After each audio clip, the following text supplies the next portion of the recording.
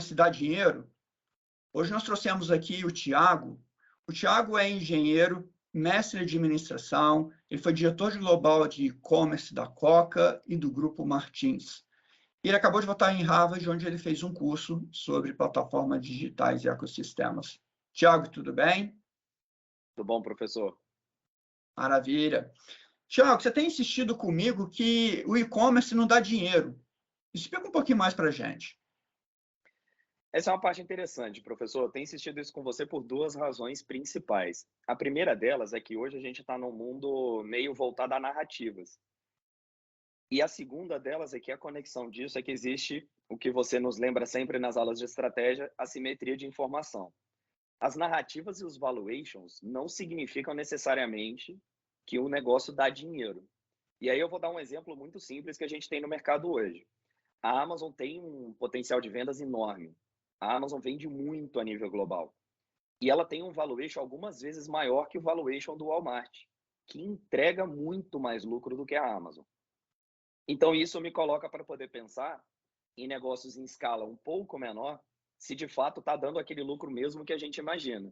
Ou seja, a gente está vendo no jornal o tempo inteiro.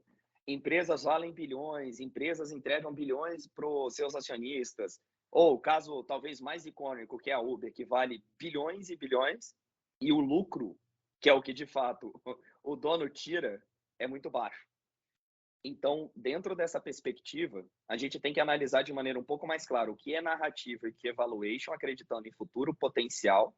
E aí vai passar por uma teoria que é muito comum nos negócios de plataforma, que diz que o ganhador fica com todo o lucro, versus o que é a competição que existe no meio do caminho.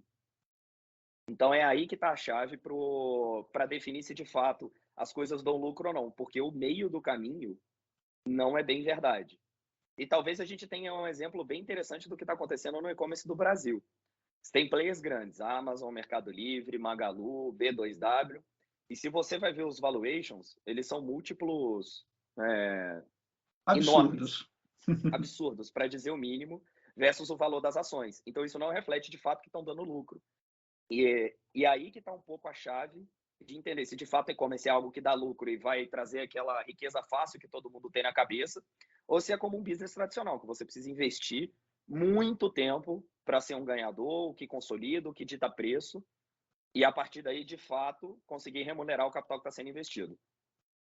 Muito legal, Thiago, muito legal. Agora, vamos fazer o seguinte, explica para a gente quais são os desafios, né? Ou seja, uma pessoa que tem um e-commerce, ele vai montar o e-commerce próprio, se ele, na verdade, vai melhorar o e-commerce dele. Quais são os desafios, né? O que está acontecendo? Hoje, a nível global, o primeiro desafio é conseguir trazer fluxo. E é um tema que vai entrar um pouco aí no escopo de marketing digital, mas net é o que a gente na economia real fala de trazer cliente para dentro da loja, né? No mundo digital é a gente conseguir trazer o fluxo para dentro da sua própria plataforma e trabalhar na conversão. Então, essa é a chave para você começar a se diferenciar no seu negócio. De novo, podemos estudar cases grandes de Alibaba, Amazon, a própria Uber, quando começou. O que acontece primariamente é quando você tem um fluxo qualificado disposto a comprar na sua plataforma, você tende a ter um maior potencial de ganho. Esse é o primeiro desafio. E esse desafio ele está ficando cada vez mais grande por um tema muito importante. Hoje você tem basicamente duas plataformas para poder trazer fluxo.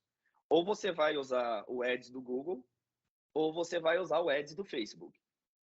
Quanto menos você tem de competição, maior o preço.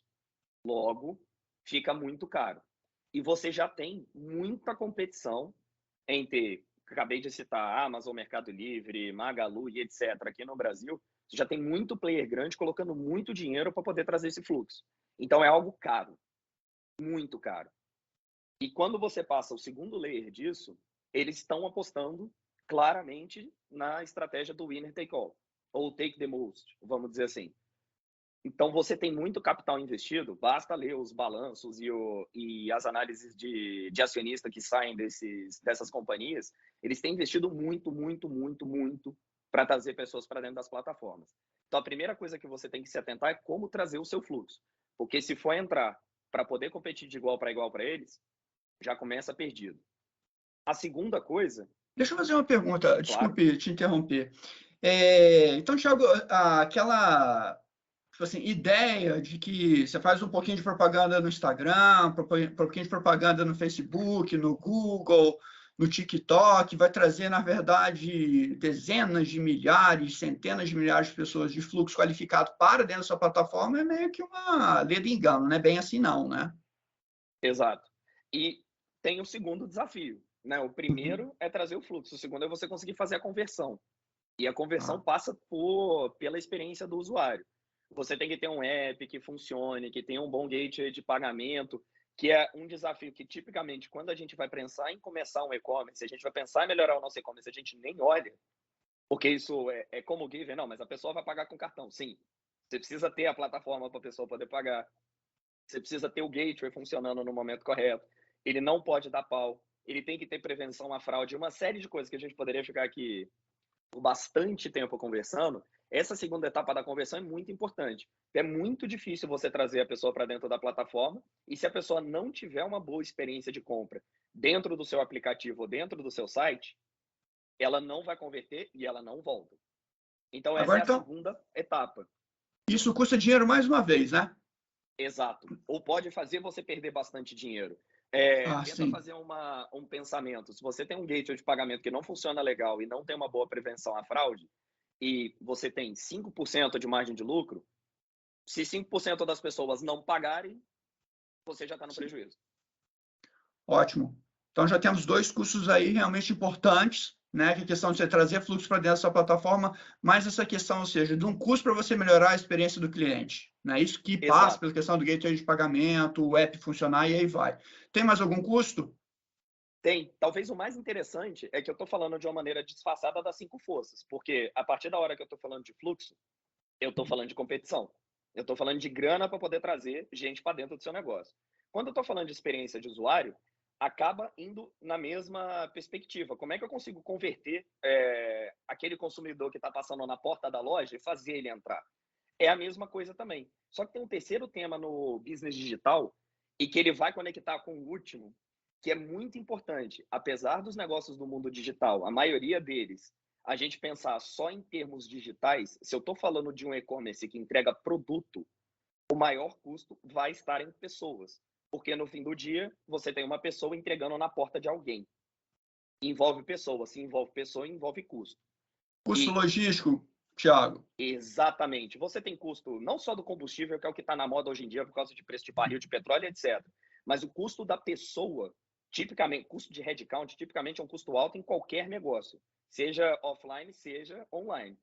Esse custo é muito importante. E eu li um case quando eu estava lá em Harvard que eu achei muito interessante. O custo para operar do Walmart é mais baixo do que o da Amazon.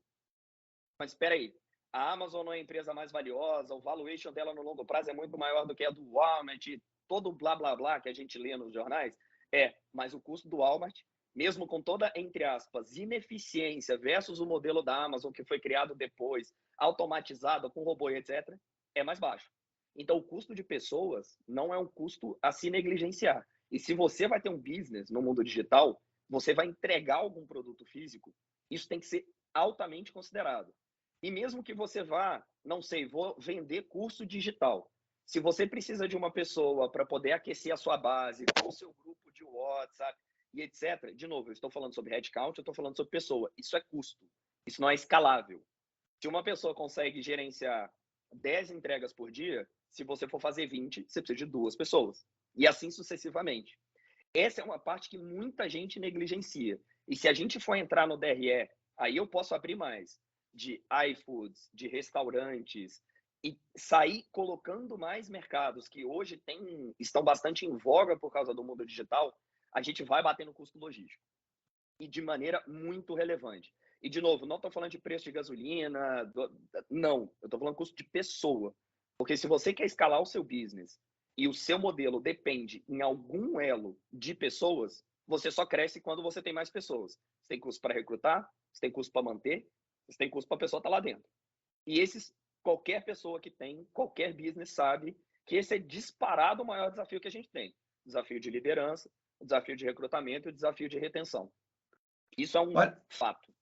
Então, Thiago, desafios. Então, pelo visto, a gente está batendo na questão de custos, né? Custo para trazer pessoas para a plataforma, custo para você melhorar a experiência do cliente, custos logísticos. Tem mais algum custo que pega?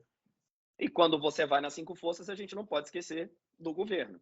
Aqui também, de novo, eu não estou advogando para nenhum lado, mas o mercado digital, quando se compara com o mundo offline, é muito pouco regulado. Se ele é muito pouco regulado, dependendo de onde você entre, você pode ter um certo nível de lucro e, em pouquíssimo tempo, essa margem de lucro pode se deteriorar também. Vou tentar dar um exemplo sem levar muito para o setor específico, porque são algumas discussões que estão acontecendo a nível governamental, mas se você tem um negócio digital e você tem seu 10% de margem, vamos assumir que você está saudável quanto a isso. Existe um imposto sendo tramitado que vai custar 6%. Então, a sua margem de lucro vai automaticamente para 4%. Não preciso fazer nenhuma conta, mas nenhuma empresa sobrevive com 4% de margem de lucro. Então, quando você vai entrando um pouco mais nesses dilemas, e aí vou vender produto para o exterior, você tem a tributação do nosso país, você tem a tributação do país de chegada. Eu vou importar produto para poder vender, você tem a tributação do país de saída, você tem a tributação de chegada. Mas o tema-chave é que a tributação ela é muito importante, mas ela no mundo digital ela está mudando. E se ela está mudando, e a gente está falando de uma entidade que muda a 4 anos ou 5 anos no mundo inteiro, ela pode ir para qualquer caminho. E isso é muito difícil. A gente está vivendo isso agora. Começa a guerra da Ucrânia com a Rússia, muda completamente a regra do jogo. E não estava previsto e ninguém ia prever. O dia que acabe a guerra, como vão ficar essas coisas? Porque tem uma série de commodities que estão presas lá na Rússia e na Ucrânia que vão ter que voltar para o Ocidente. Como é que vão ficar essas coisas? Como é que vão ficar essa tributação? Como é que vão estar o dilema dos containers que estão parados aí ao redor do mundo? Tudo isso tem a ver com regulamentação, tudo isso tem a ver com as 5 forças e tem que ser considerado para o mundo do e-commerce, porque ele é muito pouco regulado quando a gente compara com o mundo offline. Maravilha, maravilha. Então, nós fechamos então os desafios, a questão é custos, né? Trazer pessoas para dentro da sua plataforma, você ter a questão dos custos logísticos, você ter custos para melhorar a experiência do cliente, ainda tem a questão dos impostos que estão instáveis, digamos assim, não só no Brasil, mas no mundo todo. Só para a gente finalizar, o que você acha que a gente pode fazer para o e-commerce dar lucro? Você tem 3 pontos que a gente fala, tipo assim, olha, não dá para a gente resolver tudo aqui agora, mas quais são, de repente, 3 principais pontos que você fala, tipo assim, olha, trabalhem nesse ponto, nesse ponto, nesse ponto? Essa é uma parte muito interessante. E pegando, né, a sua especialidade, que é a estratégia, a gente tende a negligenciar no mundo digital o planejamento estratégico. Então, essa seria a primeira coisa que eu falaria. Façam. Por mais que as coisas vão mudar, por mais que o mercado seja instável, por mais que seja uma novidade, é muito importante ter os limites muito claros e terem os trade-offs muito bem calculados. Vou dar um exemplo simples que acontece hoje. Vou abrir o meu e-commerce. Vou abrir meu e-commerce para vender eletrônico. Eu vou fazer uma plataforma própria? Eu vou contratar uma plataforma do mercado? Eu não vou contratar plataforma nenhuma e vou entrar via um marketplace? Cada uma dessas decisões envolvem custos e oportunidades enormes. Um take rate médio de um marketplace é na casa de 20%. Então, 20% do que você ganharia fica na mão do cara. Porém, ele já tem a plataforma toda funcionando. Você não tem que desenvolver nada. Ou seja, E você já não tem precisa... um fluxo. já tem fluxo, já tem experiência do, como chama, do cliente bem azeitada, né? O que a gente acabou de falar. Ele tem tudo redondo. Te oferece o gateway de pagamento e tudo. Só que, peraí, 20% do lucro vai ficar na mão dele. É 20% de comissão na cabeça. Já diria nosso glorioso português, né? Na cabeça. Então, você já começa saindo perdendo 20%. Mas talvez valha a pena. E você precisa dar o duplo clique em cima disso para fazer seu planejamento estratégico. Mas espera aí, ele me oferece isso tudo e me oferece um fluxo qualificado. Mas ele também tem concorrência lá dentro. Porque se eu entro na plataforma da Magalu, ela tem o produto que ela vende, o produto que a Samsung vende, o produto que a Apple vende, o produto que uma série de pessoas que tiveram a mesma ideia que eu já vendem, e eu. Então, dentro da própria plataforma, eu também vou precisar competir pelo meu share de atenção lá dentro para trazer as pessoas para o meu negócio e etc. E por que eu bato muito em cima disso? Porque quanto mais competição você tem, menor barreira de entrada, o que acontece? O preço cai. O preço cai, sua margem aperta. A principal variável de margem é preço. Então, é muito importante você fazer esse planejamento estratégico inicial de como você quer começar e aonde você quer chegar, para poder ir definindo esses movimentos, como eles te ajudam. Porque, de fato, dependendo do business que você for fazer, talvez valha a pena, pelo risco, você entrar numa plataforma dessa e você simplesmente paga 20% de take rate, mas zera todos os outros custos, ou todas as outras perdas, como uma perda por fraude. E você zera o seu custo logístico, porque você vai pagar um take rate ainda maior, mas ele vai entregar para você em todo o território nacional. Então, esse tipo de análise, quando vai abrir um e-commerce, é muito importante. E ele vale tanto para a gente está falando de e-commerce puro, né? Vou vender o meu item na internet, quanto se você estiver pensando em um restaurante. Eu vou ter minha equipe própria de entrega, eu vou plugar no iFood, eu vou plugar no Rappi, eu vou para o Uber Eats, para falar 3 dos principais competidores aqui do Brasil. Porque vai envolver a mesma coisa. Você vai vender por ele vai ter um take rate, provavelmente se você pagar um FII adicional, ele vai ter um serviço de entrega para você e vai te ajudar com toda a parte de pagamento, gestão e etc. Então, são cenários que não são triviais e são extremamente complexos. Por isso que eu gosto bastante de usar o modelo offline de estratégia para ajudar a colocar um frame de como você quer evoluir e como vai poder desenhar, porque essa parte inicial é disparada o mais importante. Você definir bem qual é o produto que você quer vender e como estão os seus concorrentes. De novo, a gente vai voltar lá nas 5 forças. Definir qual é o produto que você quer vender e quais são os seus concorrentes. Qual é o meio, que é o equivalente para fazer né, do tema que a gente estava discutindo ontem. Vou abrir uma loja, eu abro aqui shopping. É a mesma coisa. Eu vou colocar meu produto online, é meu produto no meu shopping, ou eu vou no shopping de outra pessoa? Enfim, o que eu vou fazer para o meu produto aparecer? Como é que eu vou trabalhar essa conversão? Eu vou contratar um software de terceiro? Eu vou desenvolver o meu? Eu vou criar um app? Eu vou fazer um site? Como é que eu vou trabalhar essa informação? E no fim do dia, eu preciso fazer esse produto chegar em algum lugar. Então, vou ter a logística própria, vou ter a logística por terceiros, enfim, tudo isso que a gente falou sobre a ótica do custo, é muito importante colocar uma linha do tempo, o que se espera de projeção de vendas, como se espera de projeção de lucro, quais são as decisões estratégicas a se tomar para fazer o negócio crescer, para, no fim, almejar um pouco de lucro. E talvez a dica principal, assim, mais importante. A gente tem na cabeça, por mídia, notícias, etc., que abrir um negócio digital a gente vai ficar rico. Igual no passado, todo mundo achava que se abrisse o seu próprio supermercado, isso aconteceu no Brasil, ficaremos ricos. E vários outros negócios que, se a gente for puxar na cabeça, a gente sempre vai pensar nisso. Alguém vai, é um fato. Mas, de novo, todo mercado vai ter um ganhador e vai ter um perdedor. E a gente tem muito mais perdedores que ganhadores. Então, a gente precisa ter uma excelente estratégia no meio do caminho para aumentar a probabilidade de sucesso. E no meio do caminho vai dar pouco dinheiro. Até ser relevante, até ter poder de barganha, até ter um produto que você gaste pouco para que o consumidor retorne, vai ter bastante dificuldade.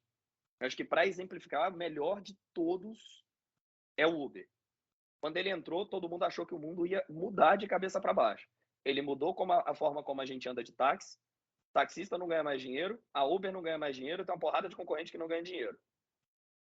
E aí? Maravilha. Pô, bem legal. Para mim tá ótima a experiência, mas ninguém faz dinheiro de maneira relevante em cima disso. Ô, Thiago, sabe o que eu gostei muito desse nossa rápida conversa aqui? É que você mostrou, tipo assim, você pode ganhar dinheiro, mas esteja atento a esses pontos. Aí você falou assim, olha que legal, você tem a questão que você vai gastar dinheiro para ter uma questão do fluxo, você vai gastar dinheiro para a questão da melhor experiência do cliente, não se esqueça do custo logístico e a questão dos impostos. Então, ou seja, você mostrou bacana, você pode ganhar dinheiro, mas esteja atento a esse ponto aqui também, né? E aí você chegou na questão também mais estratégica. Olha, não esqueça que você tem que tomar algumas decisões, como se você vai ter a plataforma própria ou se você vai plugar em algum marketplace. Você tem vantagens, desvantagens, você tem trade-offs nas opções, né? Mas, ou seja, eu acho que está muito legal pelo pouco tempo que nós tivemos. Obrigado, eu agradeço você muito. E espero que a gente tenha uma outra oportunidade para a gente desenvolver mais esse tema, porque eu acho que é um tema que interessa muitas empresas e eu acho que não tem como você não discutir a questão digital nas empresas. Digamos, independente do porte, independente do setor, tem que discutir a questão digital. Tiago, muito obrigado mais uma vez e até uma próxima. Obrigado, professor. Um abraço.